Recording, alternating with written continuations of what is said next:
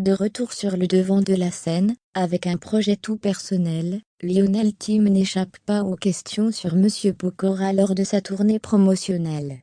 Auprès de Jordan Deluxe, l'ex-membre des Link Up évoque notamment la fin de leur groupe. Le retour à l'anonymat a été rude.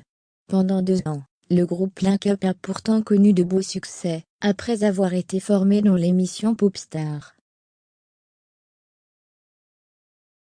Les membres Lionel Tim, Otis et Matt Pokora ont réussi à se faire un nom grâce à un premier album très écouté.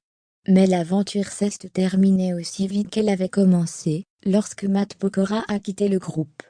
Le mari de Christina Milian a en effet choisi de continuer dans le milieu, mais seul. Un coup dur pour ses camarades, et plus particulièrement pour Lionel Tim, lequel était alors tombé de haut. Je m'en souviendrai toute ma vie, c'était au bureau de nos managers. Et il me dit, je serre les dents, je ne supporte plus ce que je fais, j'ai envie de partir, de faire ma carrière solo. Et moi je lui dis, viens on fait un deuxième album, t'es encore jeune, il avait 19 ans à l'époque, et je lui disais, écoute, si ça ne marche pas, tu partiras, je le comprendrai. Et puis j'ai dû composer avec ça, respecter son choix, et partir dans une autre direction, qui était la variété. Mais j'ai très vite compris que je n'étais pas la priorité de la maison de disques, il a fallu que je parte faire autre chose. Il confie. Je ne lui en veux pas.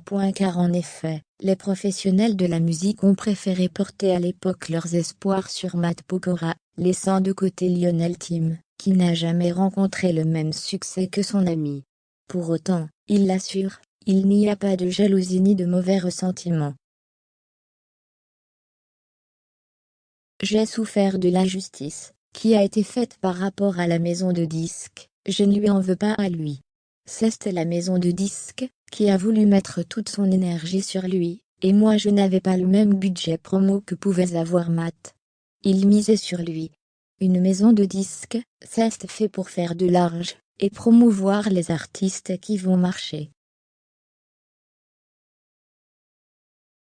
Moi j'étais dans une variété bar oblique pop, qui n'était pas le mouvement du moment, reconnaît-il. Un dénouement que Lionel Tim n'a toutefois pas toujours aussi bien accepté. Pendant longtemps, il a même été sujet à la dépression, jusqu'à développer des envies suicidaires.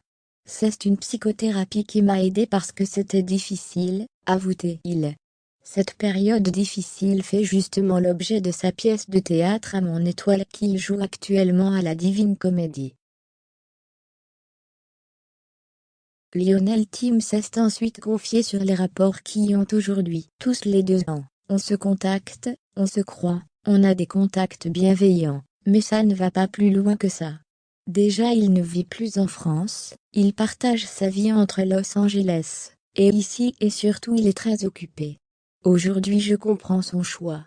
S'il était resté avec nous, il n'aurait peut-être pas fait la même carrière, et quand on voit là où il en est, je pense qu'il a fait le bon choix. Ça ne nous a pas aidé nous, mais ce n'est pas à lui de nous aider, c'est à nous de nous aider nous-mêmes.